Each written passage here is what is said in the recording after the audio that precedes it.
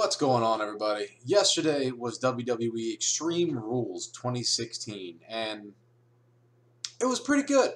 It was pretty good. Matter of fact, I think I'm just going to go out on a limb and say it was probably one of the best pay-per-views we've seen so far this year, if not the best one. That's my humble opinion. What's yours? Leave a like, comment down below, all that social media fun stuff. I appreciate it. I'm going to share with you my opinions as I run through the recap of the pay-per-view and give you my final grade at the end. So my predictions for the matches were this. Ziggler versus Corbin during the kickoff show. I predicted Ziggler. The Texas Tornado tag match of the Club versus the Bloodline. The Usos. I predicted the Usos. Jericho versus Ambrose. I picked Jericho would be going over in that match. The Fatal 4-Way at the last minute, I decided I was going to go with Miz. I really couldn't decide who was going to win that. And as the match was just like starting, everyone was getting their entrances, I finally decided to go with the Miz. Tag Team Championship match, of course, I picked the New Day is going to win that. Rusev versus Kalisto, naturally, I mean, who else is going to win that? Rusev, I picked to win that match. Natalya versus Charlotte, I picked Charlotte. And Styles versus Reigns, I picked Roman Reigns. I thought it was a pretty good opening match. It was an average match, nothing too great. It was, despite it being no disqualification, they didn't really do anything too crazy. I kind of expected more out of that match. I don't know. Maybe I shouldn't have. I don't know. It was an average match. Ziggler gets low blowed. Baron Corbin picks up the win. Pretty cut and dry. Let's change the camera angle. Name the last time any of you have seen a Texas Tornado tag match, because I couldn't think of the last time I saw one. It was the Club, Anderson and Gallows versus the Usos. I picked the Usos to win because it seems like they're not really doing much with the Club except pitting them up against the Usos. And I don't know, in my gut, it told me that the Usos were going to go over, but I was pleasantly surprised to see that the Club managed to go over in a very good match, very hard-fought match. Most Tornado matches or three-ways or four-way kind of matches, you don't really see all of the guys going at it at the same time anymore. Kind of sounds wrong, but really good match. The Usos got booed. They got booed so bad. Like, really, really bad. Guilty by association. Like, they were cheered one week, and now they're booed. Like, it's just, I feel bad for those guys. All they did was stand up for their relative. That's all they did, was come to their cousin's aid. And now the people hate them. It's just so... Oh, it was so bad. And then Lillian Garcia, I noticed. Lillian Garcia was there. I heard a news report that she got released, so I guess that's not true. I don't believe everything you hear on the internet. I don't know. We have our tag team match, which for the tag team titles, which this match really, it almost stole the show, I want to say. This match, I was very impressed, namely with Xavier motherfucking Woods with his Hadouken to, who did he go? Did he hit Gosh with it? I don't know. He hit somebody with a goddamn fireball, and the dude sold it. He like shot back into the turnbuckle and everything. It was fucking great. Xavier Woods commanded this match. At the end, he kicks out of the Whirly Dervish or whatever it's called, the Vaudevillains finisher. The villains looked like they were going to carry this. They took out Kofi, they took out Big E, and it was just Xavier left in the ring. And with Xavier being the weak link to the team or whatever you want to call him, it was pretty much all set up for the villains to win this. The villains hit their finisher. Xavier kicks out at 2, and I jumped up off my couch. I was ecstatic. And Big E comes sliding back in, spears the motherfucker through the ropes, and Xavier hits him with the knee for the 1, 2, 3. If y'all don't know what I'm talking about or what I'm laughing about, you should go to WWE's YouTube and check out, or their webpage, and check out their exclusive interviews. Namely the one with the New Day. But yeah, Xavier catching, I think it was Aiden with the knee for the 1, 2, 3. And the New Day retaining their tag titles. Very good match. Very entertaining. It's good to see Xavier getting some spotlight, because that guy can wrestle, man. That guy can really wrestle. Kevin Owens right off the bat dies, pretty much right off the bat. Like the bell rings, Sami Zayn charges from one side of the ring to the other and kicks Kevin Owens straight in the fucking face with the haluva kick, and Kevin Owens is down for about 10 minutes on the outside of the ring. If there's nothing else that you want to take away from this pay-per-view, if you're a fan out there that wants to say this pay-per-view sucked or whatever, there isn't a single person out there that's going to be able to tell you that this match sucked. This Fatal 4-Way, there's been some pretty bad Fatal 4-Ways over the years, but you get guys like The Miz and Cesaro and Zayn and Owens in the ring at the same time, and magic's going to happen. And that is exactly what happened in this Fatal 4-Way. It was fucking awesome. There is no other way to describe it. It was fucking awesome. The crowd was so pumped halfway through this match, watching these guys just tear the fucking house down. I can't even begin to talk about all the different spots that was done throughout the match. Cesaro looked, for the first time ever, I think Cesaro looked pretty tired by the end of this match, because that guy was literally carrying the match. He was carrying people across the ring, throwing people around. He did a double power bomb, double suplex kind of thing when everybody went sailing. It was absolutely fucking awesome. Cannot give enough praise to that match. Rusev wins, of course, via fatality. He killed Kalisto. Kalisto died in the ring. His spinal cord was severed. Rusev broke his back in the ring, and he ate his heart like he said he was going. No, I'm just kidding. No, but he damn near did. Kalisto made the accolade look really, really good because he's such a small guy, and Rusev's such a big guy. He managed to position himself in such a way that made the accolade look like he was just fucking breaking his spine, forcing him to tap out. Kalisto lost the U.S. title to Rusev. So, yeah, there was that.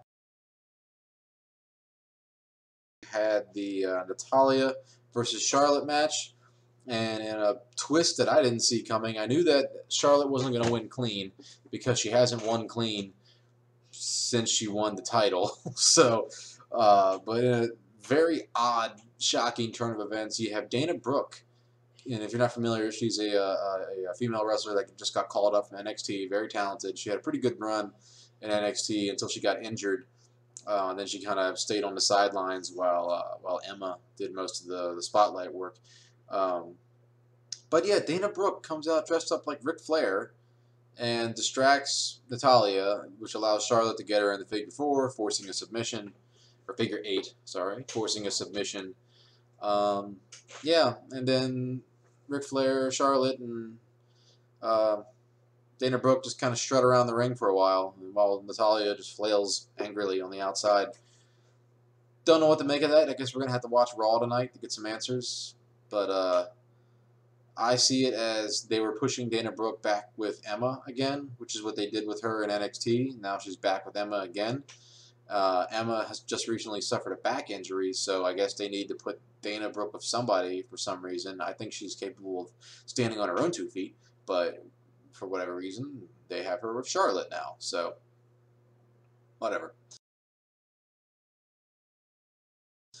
After that, we have the Ambrose versus Jericho Asylum match, which I wasn't too thrilled about this match going into it.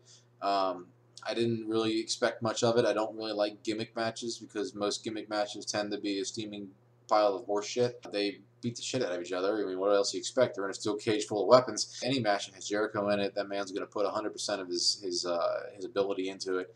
And definitely the moment of the match had to have been Jericho taking that bump onto the thumbtacks. If you have the network, you need to go back and watch that. Hopefully they'll show the highlight or the clips tonight on Raw, or maybe the clips on YouTube right now. I don't know. But Jericho essentially went for the code breaker, and Ambrose caught him. So you have Jericho still in like fetal position as Ambrose is holding him, and then he just kind of just walks over to the thumbtacks and just throws him down, like full force, throws him down onto the thumbtacks. And then Jericho's just writhing in pain, flailing all around the ring, thumbtack completely covered in thumbtacks, and Ambrose hits him with the dirty deeds and pretty much throws himself onto the thumbtacks in the process. So now Ambrose has got thumbtacks all up his ass and shit, which makes me wonder if like they had an agreement before the match, like, motherfucker, if I'm going through the thumbtacks, you're going through the thumbtacks. Afterwards, Jericho's just screaming and screaming and screaming in the ring, and EMTs are trying to pull the thumbtacks out of him. The trainer's down there, and he's just oh man, great selling by Chris Jericho. Of course, Roman wins. Who didn't see that coming? Just excellent match. These two guys took it to each other like balls to the wall. AJ Styles went through 2 fucking tables. Just I can't even begin to I can't even begin to talk about all the different spots they had in that match. But it finally comes down to it at the end. It looks like Reigns has got him, and then the club comes down and does a number on Roman Reigns. At this point, I'm sitting here thinking to myself, like, this is it. This is when AJ finally turns on the club, and or something like that. But it didn't happen. The Usos, of course, come down, start fighting off the club, and I don't remember exactly what happens, but just chaos ensues, and eventually AJ Styles gets his hands on a chair and proceeds to murder Roman Reigns with the chair. And he's just hitting him in the back over and over and over with a chair. The Usos come in. He takes out both of the fucking Usos, hitting him again, hits him with the Styles Clash onto the chair. And at this point, I'm sitting there on my couch just in disbelief. I'm like, oh my God, AJ Styles is going to win this. Like, holy shit. Roman kicks out, which everyone's got their opinions about things, and I'll leave mine to myself about this. But Roman kicks out of the Styles Clash on a chair, on top of being previously put in a Styles Clash not moments before that. So AJ, is just,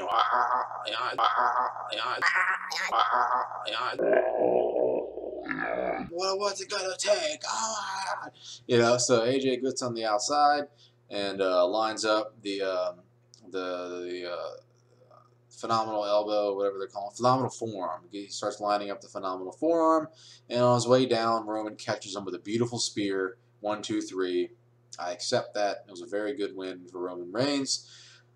Until Seth Rollins shows up and fucking pedigrees his ass in the middle of the ring to the biggest pop I've heard in a long time, which makes me really want to watch Raw tonight because I'm curious what Seth Rollins we're going to get. He looked very good, by the way. He had a lot of upper body definition. He looks like he's bulked up a little bit since we last saw him. But I'm really curious what Seth Rollins we're going to get because he looked real strong at the end of Extreme Rules. He pedigreed Roman and just kind of just doing the look, and then he kind of holds up the belt. Doesn't really say anything. He looked real good, real intimidating, real strong. But if we remember, the Seth Rollins that we were left with before he got injured was a sniveling little fucking cockweasel that couldn't win a match without help to save his life, unless he's, ending the careers of legends. But that's another story for another day. So, yeah, all in all, Extreme Rules, I gave it an A. I got 1, 2, 3, 4. I got 4 out of 7, which is not a good real ratio for me. Usually I'm about 6 out of 7 or 7 out of 7. I got 3 matches wrong. I picked Jericho and Ambrose. I picked Jericho going over in that match because it's Dean Ambrose's match. So, of course, WWE would book Jericho to win. Why wouldn't they? The Usos in the club, again, they brought in a new tag team trying to make them look strong. So, of course, they're going to lose. Why would they win? I'm just anticipating WWE booking here. And then Ziggler and Corbin, same deal. I anticipated Ziggler getting a win here at the end to blow off the feud. But that didn't happen. So I did pick Miz to win. Miz did retain his Intercontinental title. Crazy-ass match. A lot of stuff went down in there. Miz did retain. I don't think I even mentioned that earlier. I think I skipped that. Miz did manage to retain his belt. He essentially, stole a pin off of somebody else's work. New Day, of course, I picked to win. Rusev, I picked to win. Charlotte, I picked to win, and Roman, I picked to win. So that's 1, 2, 3, 4. Sorry, 5 out of 8. 5 out of 8. That's a better ratio. I like that. So yeah, that was it. That was Extreme Rules. Raw should be pretty good tonight. Give me your opinions in the comments. I'd like to hear them. Until then, take care.